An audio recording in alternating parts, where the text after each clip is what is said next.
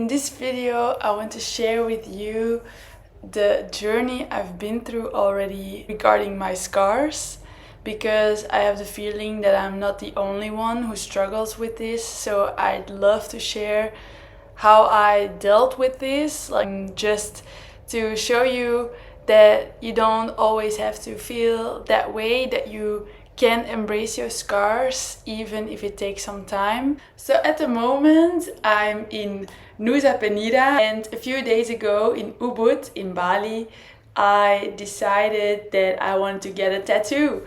And how did the idea pop into my mind? Because my other tattoos are from 10 years ago when I went to Australia on a gap year, and now it's 10 years later and I didn't really know if I wanted to get a tattoo, because to me, like, my values, I was now in the stage of like, okay, getting ink into my skin is not really something that feels natural, because I try to live as natural as possible, really like back to the basics. So that was a little bit like in conflict with my values. But I saw someone on a surf trip and she had all these small tattoos right here. And I saw it and I was like, oh my god, yes, I'm gonna get a tattoo, like a tiny one, and I'm gonna put it on my wrist because that's also where my scars are. Some more, I also have one here and one here. And I'm thinking to get maybe other tattoos on those spots as well, but it doesn't feel like the right time yet, so I didn't do it. When I saw that woman with a tattoo, it just like came to me like some insight, because my sister laughed with it. She said like, how did you come up with the idea? And I told her that it was just because I saw it with someone else, and she was like, oh wow, that's well thought through. And she had a point. But when I feel something, I just go for it. There's no way back. So in that moment I knew, okay, I'm gonna get this tattoo. And then I thought, okay, what am I getting? And I felt like, okay, I want a little heart. So I just asked my sister to draw a heart without she knowing what I was gonna do with it. But my family is kind of used to it, that I'm asking sometimes some weird things because I'm building my business. So they don't really ask questions, which was really good, because I also asked my parents to draw something. And it was amazing. It was so nice to see what they drew for, yeah, just when I asked them like, okay, can you draw a flower, a heart and a sun? And the three of them did it, and it was completely different. It was so fascinating. It was amazing. But so I was also kind of curious, because I had no idea what kind of heart my sister would draw. So that was kind of exciting, because I knew I was gonna get it on my body, but I didn't know how it would look. But then she kept forgetting, she didn't send it, and I sent a reminder, and I was like, okay, the timing when she sends it is gonna be the perfect timing for me to get it. And on the day that I wanted to actually get the tattoo, she sent me the drawing, and it was really nice. So I got it straight away. And she asked me, but the time difference with Belgium is 7 hours. So by the time I got my tattoo, it was early in the morning, and it was nighttime in Belgium. So I didn't have to reply yet to her question, what are you gonna do with it? So I got the tattoo, and I wanted to wait until I was back home, but I couldn't. This tattoo is just too meaningful for me. So I told her straight away, and she was surprised, but I really want to see her reaction in person. But so, okay, that's the story about the tattoo. But so then the more in depth, or this is kind of vulnerable for me to share, because this tattoo means so much. First of all, because my sister drew it, and my sister is one of the most important people in my life. The second is because I had real trouble embracing my scars, and I still get a little bit emotional when I talk about it, because I never had any scars. Okay, as a kid when you fell with your bike, and I have some on my knees, but these scars, because you can maybe see, it's really like they cut out all of the bad skin, and they took some skin from here and then they put it there because of the melanoma. And because it's really out there, and people often give comments to me like, oh, what did you do, what happened, but they never think about what the answer could be. And a lot of times actually I just say, oh, I just have a scar. I don't want to tell the whole story every time, also because I have created an unpopular opinion about cancer, and I'll talk about that in another video. I really did a lot of self-reflection, why I was having so much trouble to embrace these scars. And it really all was about beauty. It was all because I felt ugly with it, and I'm getting emotional right now, but yeah, that's fine, that's part of the process. I knew this was gonna happen. So I really felt ugly, and I still feel sometimes, because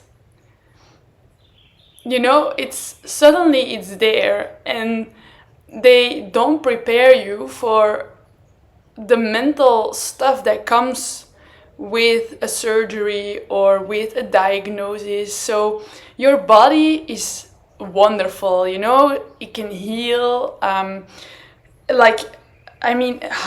it was at the beginning, I'm not gonna show you a picture. I couldn't look at it, you know.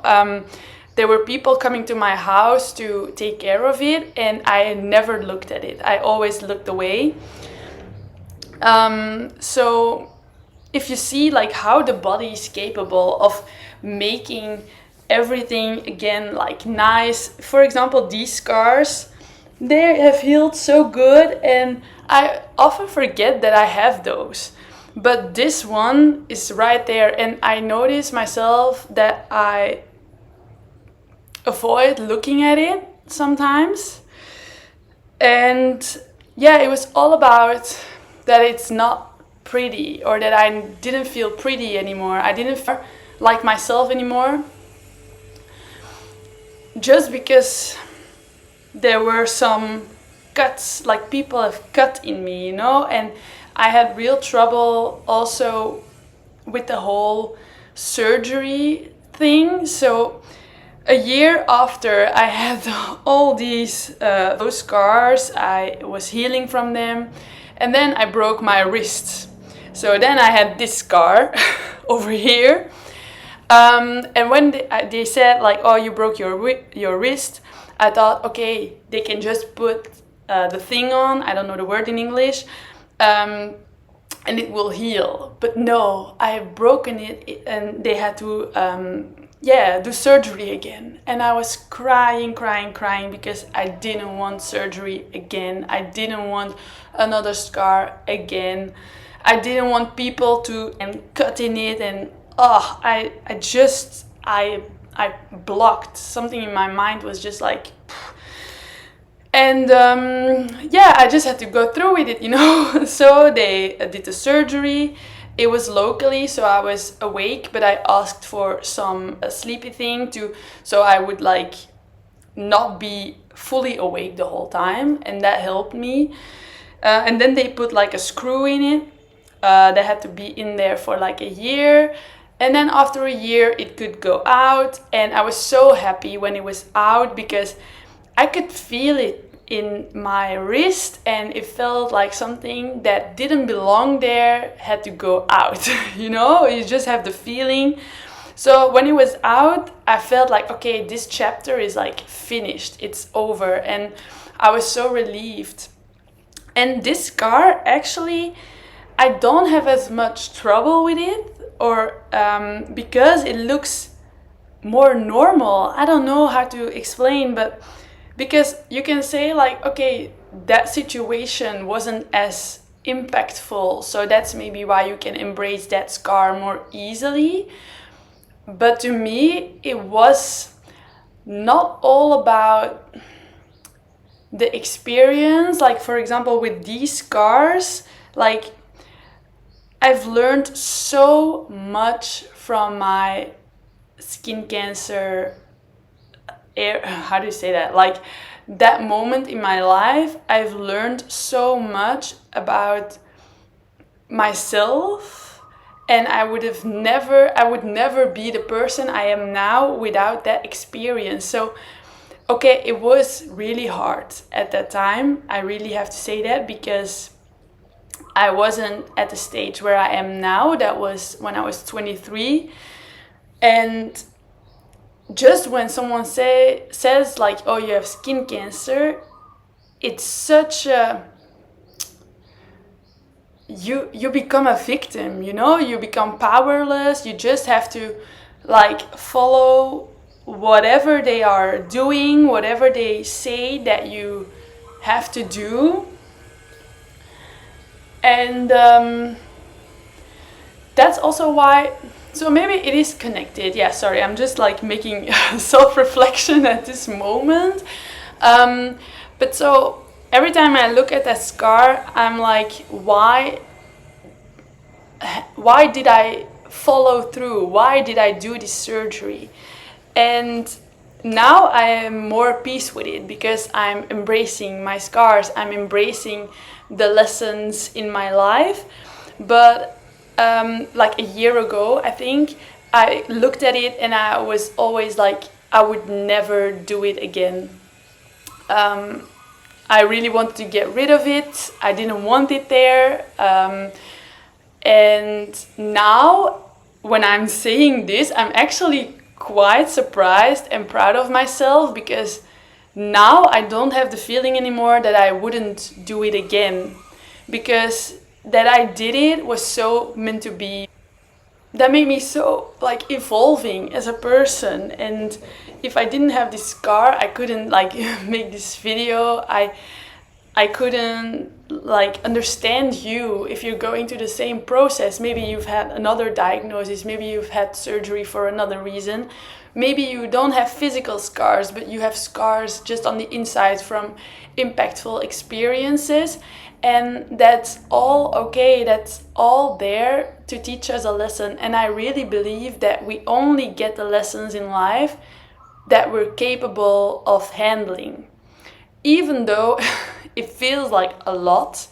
For example, yeah, when I had my diagnosis, that was massive. It's life-changing, you know, because you never expect that it will happen to you. Because I was always feeling like, oh, but I'm healthy and I'm already taking care of myself so much. I'm doing self-reflection. I was following my study to become a health coach. So I was really already very aware of my health and of myself. But still, I look back at it now, I was making myself sick. And not by my food or my exercise or whatever, because I was eating healthy, I exercised a lot, but just like the patterns I was stuck in, the emotions I was bottling up, the fear of abandonment that was really